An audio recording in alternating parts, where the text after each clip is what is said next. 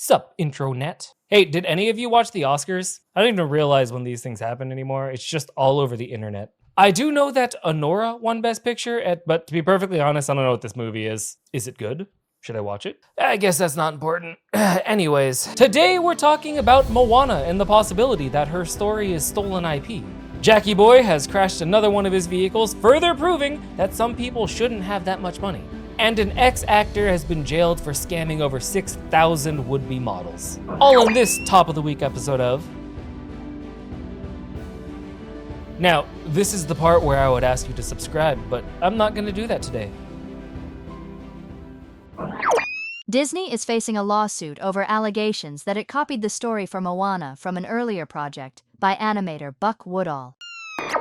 Buck Woodall, an independent animator, is taking Disney to court, claiming that the studio lifted key elements of Moana from his own Polynesian-themed film concept, Bucky the Surfer Boy. According to Woodall, he developed Bucky years before Moana and spent upwards of $500,000 crafting a script, storyboard, and animated trailer. He says that he shared these materials in 2003 with Jenny Marchick, then an executive of Mandeville Films, a production company that had a first-look deal with Disney. Woodall argues that his story, like Moana, follows a teenager who defies their elders to embark on a perilous journey across the ocean to save their homeland. He also points to thematic similarities, such as both films celebrating Polynesians' cultural deep connection to the sea. However, Disney does deny any link between Moana and Bucky, maintaining that the film was developed entirely in-house. Unfortunate for Woodall, his case does have a few hurdles to clear here. You see, he didn't file his lawsuit until 2020, which was years after Moana's release, which led the judge to dismiss many of his claims due to the statute of limitations. The remaining of the case is now limited to whether Buena Vista Home Entertainment, that would be Disney's DVD and Blu-ray distributor,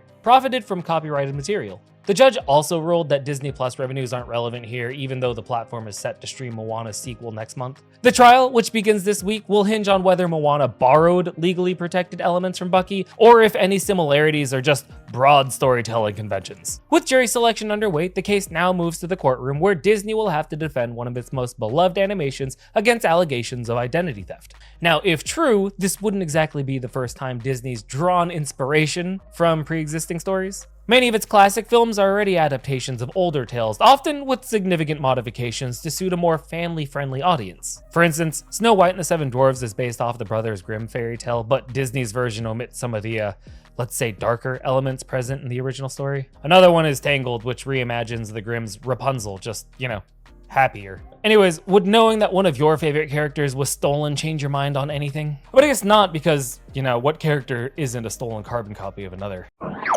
Streamer Jack Doherty was hospitalized after breaking his collarbone in an e-bike crash.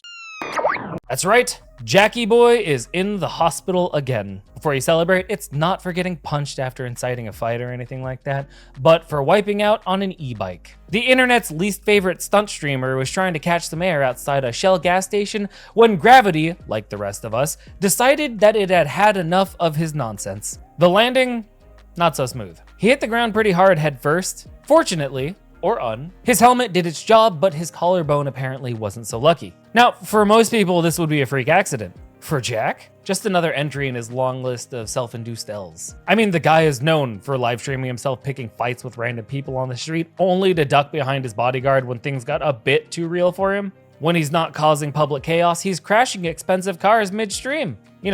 Like that time he wrecked his $200,000 McLaren last October. Yeah, you remember, it was that time where he made it abundantly clear that he was more concerned about his injured cameraman capturing the crash than actually checking to see if the guy was okay. Classic. Honestly, would it even be surprising if he's not that badly hurt, just milking it for internet attention? I mean, look at this picture. Oh, I'm so hurt, I can't do anything about it, but let's make sure the whole internet knows it. Oh.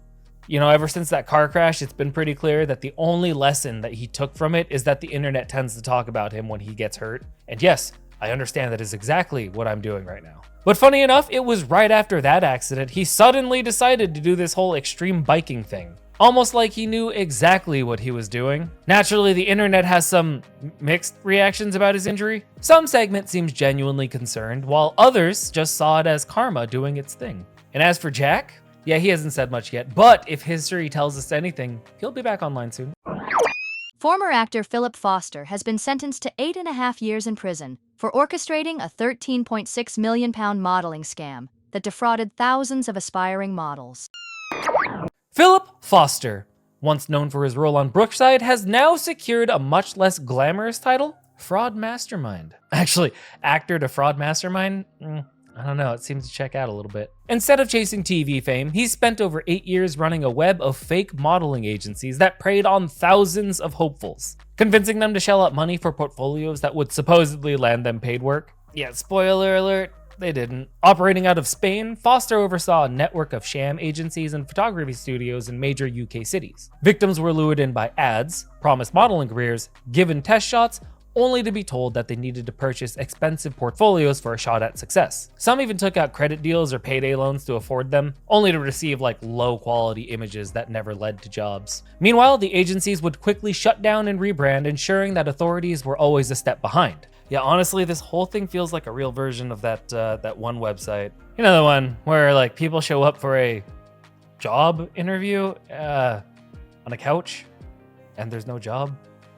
Except instead of ruining Thanksgiving when it showed up in search history, this scam actually ruined lives. Now, it took 6 years for investigators at National Trading Standards to unravel the whole operation, but by then, Foster had already laundered millions of dollars, splurging on luxury watches and cars while his victims were left in financial ruin. Some were forced into debt and others lost their savings, and I'm pretty sure all of them are suffering lasting emotional damage. There are even some cases of parents borrowing money, believing they were investing in their child's future only to realize that they had been conned. Foster, who failed to appear in court, was eventually sentenced in absentia, though an arrest warrant is still out for one of his associates. Speaking of his associates, here's a whole list of all the other defendants of the case. You got it? You can pause it if you need to read it. You good?